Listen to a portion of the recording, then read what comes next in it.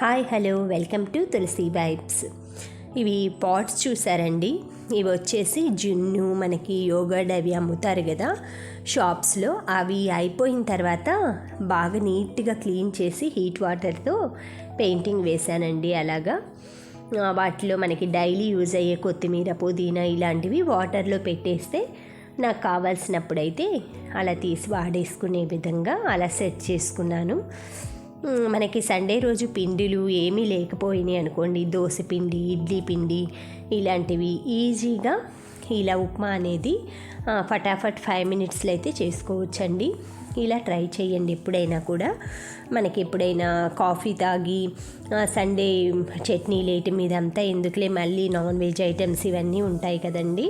ఇలా సింపుల్గా ఉప్మా చేస్తే ఫుడ్ కూడా లైట్గా ఉంటుంది. బ్రేక్ఫాస్ట్ అనేది మనకి కాఫీలు టీలు అలా ఎక్కువ తాగుతుంటారు కదా.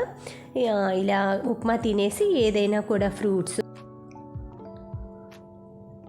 నేను ఈ ఉప్మాలోకి అయితే సైడ్ డిష్గా గోంగూర పచ్చడి వేసుకుంటున్నానండి.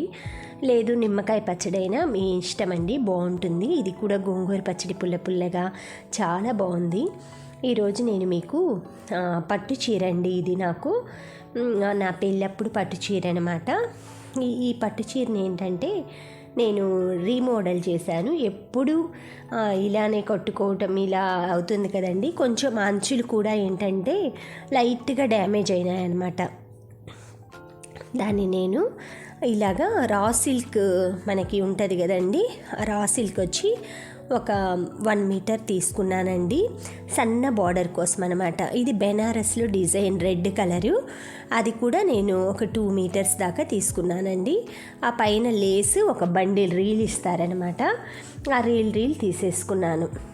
ఇది ఫస్ట్ బార్డర్కి మనకు అంచు వస్తుంది కదా, ఎలాగో పట్టు చీరకి కింద అది చెప్పాను కదా డ్యామేజ్ అయిందని, కొంచెం పీచులు అవిపోతున్నాయని ఫాల్ కుట్టేశానండి. బ్యాక్ సైడ్ కనిపిస్తుంది చూసారు కదా.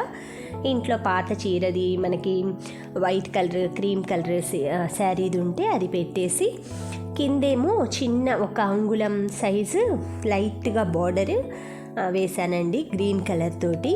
అది రా సిల్క్. ఆ తర్వాత మనకి పట్టు చీర అంచు వచ్చింది. పైన బెనారస్ బార్డర్ తోటి లైట్గా ఒక 2 ఫింగర్స్ వెడల్పులో వేసి పైన అయితే లేస్ వేశానండి. చాలా లుక్ వచ్చిందండి ఈ చీర అయితే.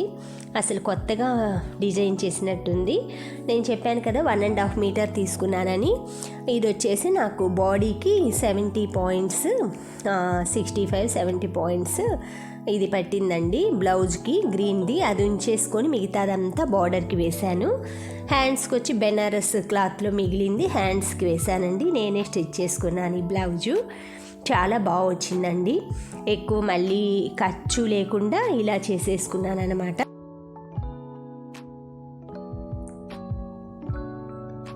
ఇది ఇంకో శారీ అండి. ఇది కూడా మనకి పేపర్ సిల్క్ టైప్ అనమాట. పల్చగా ఉంటుంది అనమాట. దీన్ని ఇలా వచ్చిందండి. ఫస్ట్ చూస్తున్నారు కదా మీరు, కింద బార్డర్ ప్లెయిన్ అలా ఇచ్చాడు. శారీ మొత్తం రెడ్ అండ్ లైట్ అదే అరిటాకు పచ్చ అంటారు కదా, ఆ కలర్లో చెక్స్ వచ్చాయన్నమాట ఇలా అడ్డంగా. ఇవి చూసారా ప్యాచెస్. నేను ఒక్కొక్కటి ఈ ప్యాచ్ 6 రూపీస్కి కొన్నానండి. ముత్యాలు ఇవంతా మొత్తం ఇలా వస్తుందండి. మార్వాడి షాపుల్లో అమ్ముతారండి ఇవి ప్యాచెస్. అవి నేను కొంచెం గ్యాప్ కింద బార్డర్ మొత్తానికి మనకి పళ్ళు దగ్గర మనకి బ్యాక్ సైడ్ నడుము దగ్గర నుంచి పై పార్ట్కి సేమ్ ఇవే అండి. మొత్తం నేను లెక్క పెట్టేసుకొని తెచ్చుకున్నాను అనమాట. ఇలా తెచ్చుకొని ఇలా శారీకి అయితే సెట్ చేశానండి. బ్లౌజ్ ఏంటంటే ఇలా అడ్డంగా వచ్చిందండి. చూపిస్తున్నాను కదా నేను, ఇలా అడ్డచారులుగా వచ్చిందనమాట గ్రీన్ కలరు. నాకైతే శారీ ఎప్పుడైనా మనం లైట్ కలర్ తీసుకుంటే బ్లౌజ్ అనేది డార్క్ అంటే నిండు సెలెక్ట్ చేసుకుంటే చీరకి లుక్ వచ్చింది అనమాట. అందుకని నేను ఎక్స్ట్రా వచ్చిన బ్లౌజ్ చీరలోని కుచ్చుళ్ళు వస్తాయని ఫోల్డ్ చేసి పెట్టేసేసుకొని ఇలాంటి రా సిల్క్ ఉంది కదండి, ఆఫ్ పట్టు అనమాట. ఇది రా సిల్క్ కాదు, ఆఫ్ పట్టు బ్లౌజ్ తీసుకున్నాను. ఇది ఈ ఒక్క చీర మీదకే కాకుండా మనకి రెడ్ కలర్ శారీ మీదకి, ఎల్లో కలర్ శారీస్ మీదకి, వైట్ శారీస్ మీదకి చాలా ఇవి సెట్ అవుతాయి.